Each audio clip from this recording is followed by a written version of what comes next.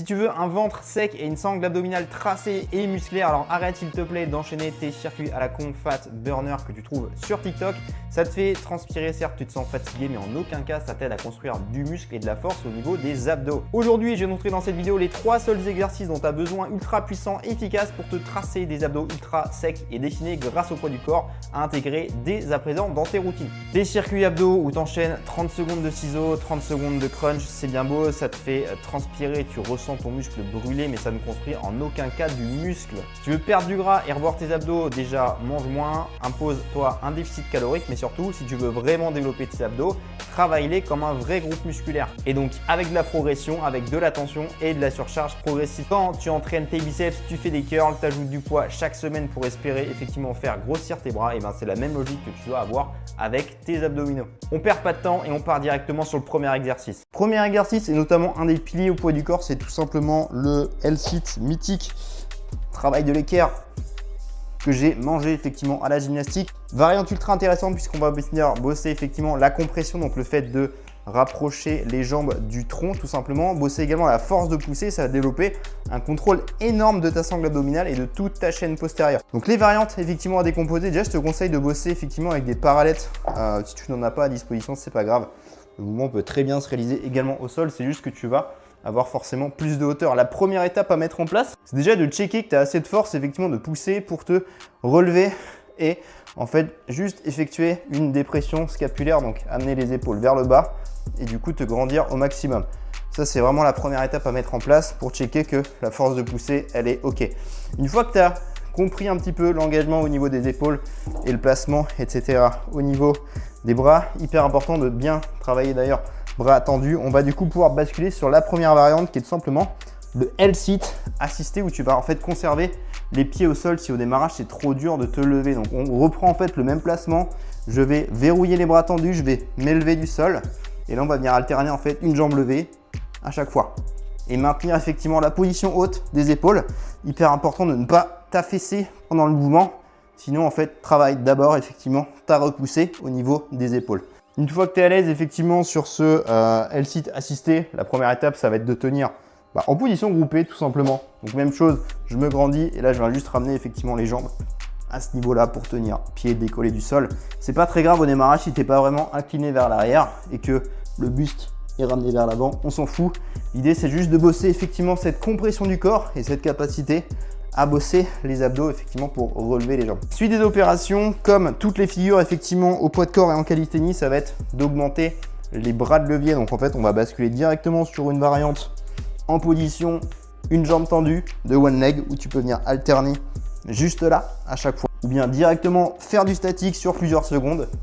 Le but encore une fois c'est de construire de la tension, de la progression, de mettre de la surcharge sur le mouvement et de chercher à augmenter la difficulté chaque semaine des exercices. Je te donne également un tips, super conseil et exercice trop sous-coté qui va en fait t'aider vraiment à progresser 10 fois plus vite sur cet exercice. Souvent effectivement les personnes qui réalisent le L-sit n'ont pas assez de force dans les abdos et en fait c'est les quadriceps qui vont prendre le relais pour relever les jambes, donc ça crée des énormes crampes. Je te donne un petit tips pour bosser ça en fait de manière isolée à côté du L-sit, c'est ce qu'on appelle, enfin c'est ce que j'appelle moi les compressions en L-sit. Donc tu vas venir bloquer ton dos sur le mur.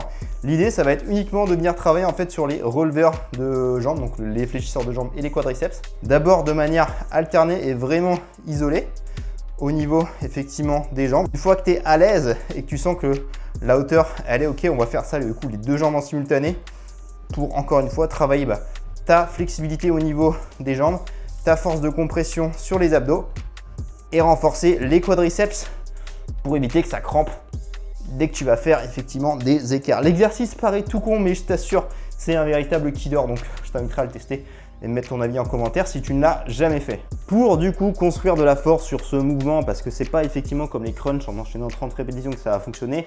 Là on cherche à développer du coup de la force, on met de la tension, on met de la surcharge effectivement et du coup du poids entre guillemets sur les abdos qui va être notre propre poids de corps. Donc le corps a besoin de récupération, donc je te conseille au démarrage effectivement de prendre entre 1 minute 30 et 2 minutes 30 entre tes séries à chaque fois et d'osciller forcément sur des temps de maintien que toi tu peux mettre en place concrètement.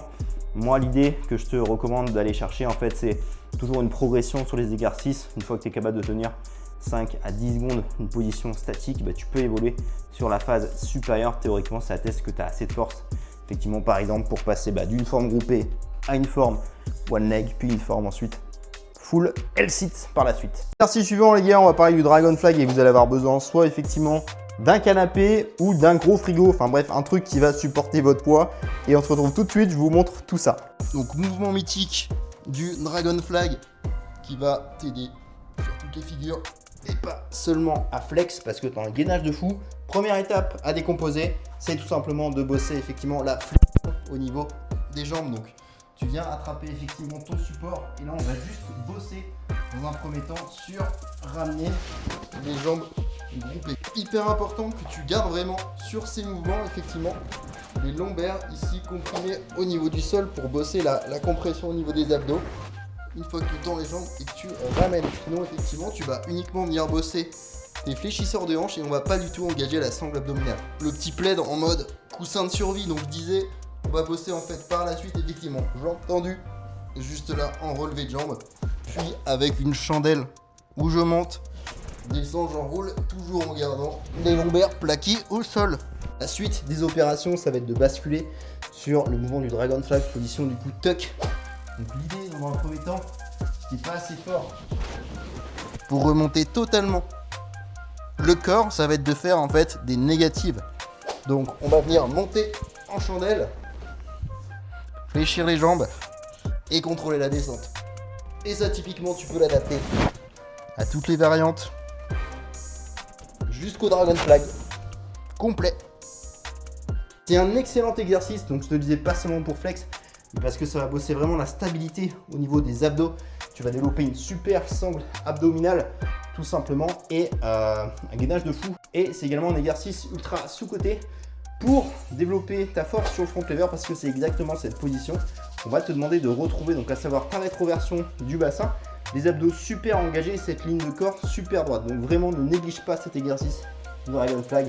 Priorise vraiment des progressions qui sont adaptées à ton niveau. Je te conseille typiquement d'osciller entre 8 et 15 répétitions maximum sur chaque variante avant de progresser effectivement à l'étape suivante. Plus tu vas monter en termes de difficulté d'exo, c'est la même chose que de la charge maximale sur les tractions lestées ou des dips lestés.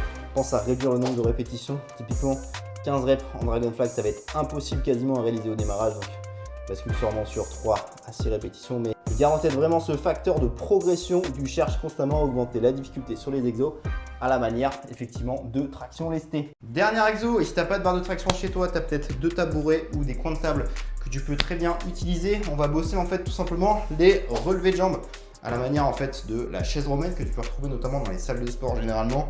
Donc l'idée là-dessus, ça va être de bosser en fait effectivement la flexion encore une fois du buste et travailler sur cette compression. Donc en bossant vraiment sur cet enroulement du bassin complet, pas juste en venant relever les jambes ici. Parce qu'encore une fois, sinon on bosse que sur la partie fléchisseur de hanche et pas du tout sur la sangle abdominale. Donc la première étape, c'est tout simplement, dans un premier temps, de basculer sur des séries en isométrie, en relevant du coup les genoux et en enroulant légèrement les hanches. Et là tu te dis oui mais Damien c'est de la merde parce qu'il n'y a pas une chute complète au niveau du sol. Sauf qu'on s'en fout parce que concrètement pour bosser les abdos, eh ben, ils viennent travailler à partir de 30 degrés de flexion à peu près effectivement de jambes concrètement. Et la partie basse du mouvement, c'est que les fléchisseurs de hanches qui sont engagés. Donc nous ici, on veut travailler uniquement les abdos, donc ça tombe bien. On s'en fout d'avoir le sol à disposition. Donc ici, ce qu'on va vraiment chercher en fait, c'est le contrôle. Donc on évite les reps dans tous les sens. L'idée, c'est de contrôler au maximum les mouvements, ralentir effectivement et maîtriser sa vitesse tout simplement pour ajouter plus de tension effectivement sur la sangle abdominale. Une fois que tu es à l'aise juste sur le fait de tenir en support et de relever les jambes, on va pouvoir le faire jambes tendues dans un premier temps. Puis renverser complètement le bassin. Donc c'est un peu casse-gueule sur les tabourets, je te l'accorde, mais en vrai, adaptation poids de corps, pas le choix. Et là, on a un super exercice où on travaille tout le grand droit de l'abdomen. On vient bosser vraiment l'enroulement du bassin qui engage effectivement les abdos de manière efficace. Et tu peux jeter tes crunchs à la poubelle.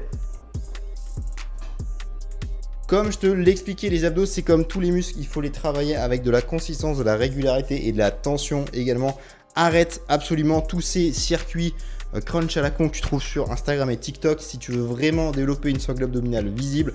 Oui, ça se passe également dans l'assiette, mais pour développer des abdos hypertrophiés et saillants, tu vas devoir effectivement les tabasser. Si tu veux aller encore plus loin, apprendre à structurer tes entraînements intelligemment et développer un vrai physique athlétique grâce au poids du corps, je t'explique tout dans ma méthode athlétique. C'est le premier lien que tu peux retrouver en description. Je te laisse visionner la vidéo et potentiellement réserver un appel avec un membre de mon équipe ou moi-même. On discute ensemble de tes objectifs et on établit le meilleur plan d'action adapté à ta situation. Et surtout, souviens-toi que ton propre poids de corps peut très bien être ton meilleur outil pour te bâtir ton meilleur physique. Il suffit juste de bien savoir l'utiliser et d'accepter que ça mettra potentiellement du temps et d'être patient, de la consistance et de la régularité. Et ça se fait avec un programme sur le long terme, de l'adhérence et surtout quelque chose que tu peux tenir longtemps. Sois régulier, pousse-toi comme il faut, va au-delà de tes retranchements et les résultats arriveront tout simplement. Je te laisse liker la vidéo, t'abonner et la partager si ce contenu t'a plu. Et puis moi je te dis du coup à la prochaine, c'était Damien. Ciao.